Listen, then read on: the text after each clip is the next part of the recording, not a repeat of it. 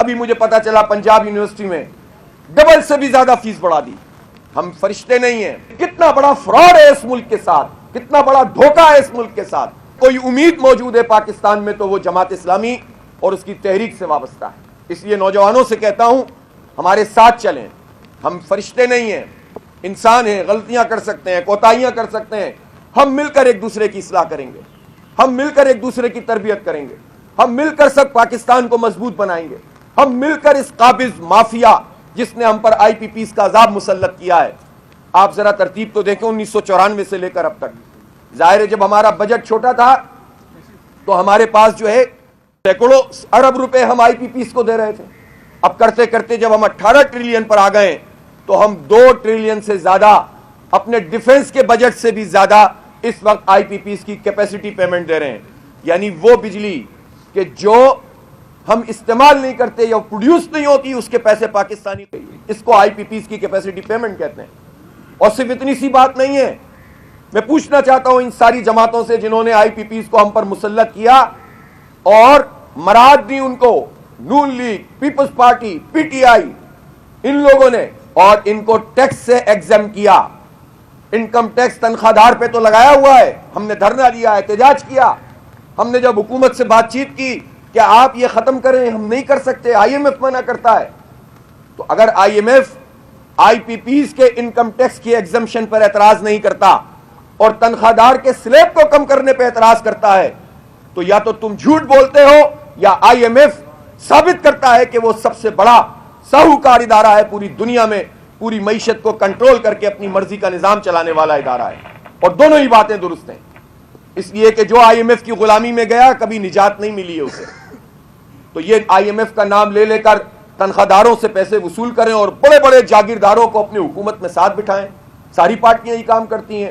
تو میں آپ سے عرض کرنا چاہتا ہوں کہ 2017 اور 18 تک ان آئی پی پیز کو جو انکم ٹیکس سے ایگزمشن ملی ہے وہ تقریباً 1300 ارب روپے ہے.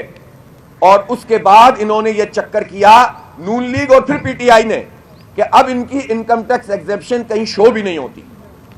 یہ کتنا بڑا فراڈ ہے اس ملک کے ساتھ, کتنا بڑا دھوکہ ہے اس ملک کے ساتھ کہ ان لوگوں کو, غاصبوں کو کیپیسٹی پیمنٹ بھی ملے اور انکم ٹیکس کی ایگزمشن بھی ملے اور ہم سے ٹیکس وصول کریں بجلی کے بلوں میں, ہم سے ٹیکس وصول کریں گیس کے بلوں میں, ہم سے ٹیکس وصول کریں پیٹرول کی لیوی پر, ہم سے ٹیکس وصول کریں تنخواہوں میں, اسی وقت کاٹ لی جائے.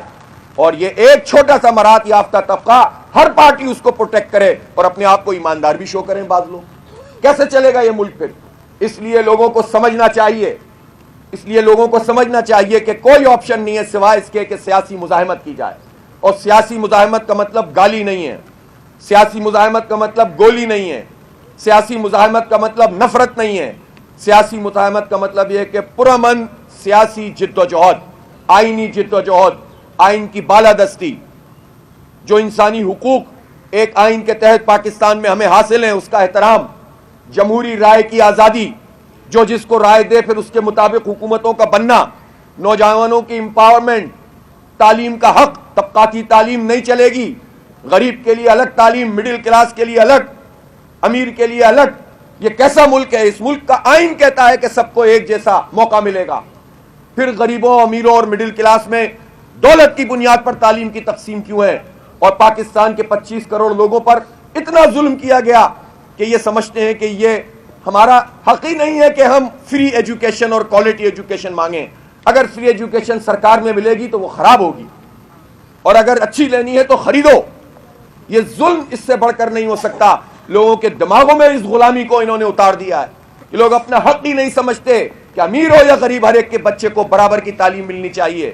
ایک نظام, ایک نصاب, ایک زبان, ایک ملک ہے یہ اس ملک کی ایک یکجہتی ہے, اس میں ایک نظام تعلیم چلے گا. آپ یونیورسٹیوں کا حال دیکھ لیں. ابھی مجھے پتا چلا پنجاب یونیورسٹی میں ڈبل سے بھی زیادہ فیس بڑھا دی. کراچی یونیورسٹی میں تقریباً 2 گنا زیادہ فیس بڑھا دی. یہ سرکاری یونیورسٹیاں ہیں. آئی ٹی کے ایجوکیشن نوجوانوں کے لیے سرکاری اداروں میں بھی تقریباً ناپید ہے. جبکہ آپ یہ دیکھیں کہ جو پرائیویٹ سیکٹر میں جو یونیورسٹیاں ہیں وہ کتنی مہنگی تعلیم دے رہی ہیں, چاہے وہ میڈیکل ہو, انجینئرنگ ہو یا وہ آئی ٹی ہو.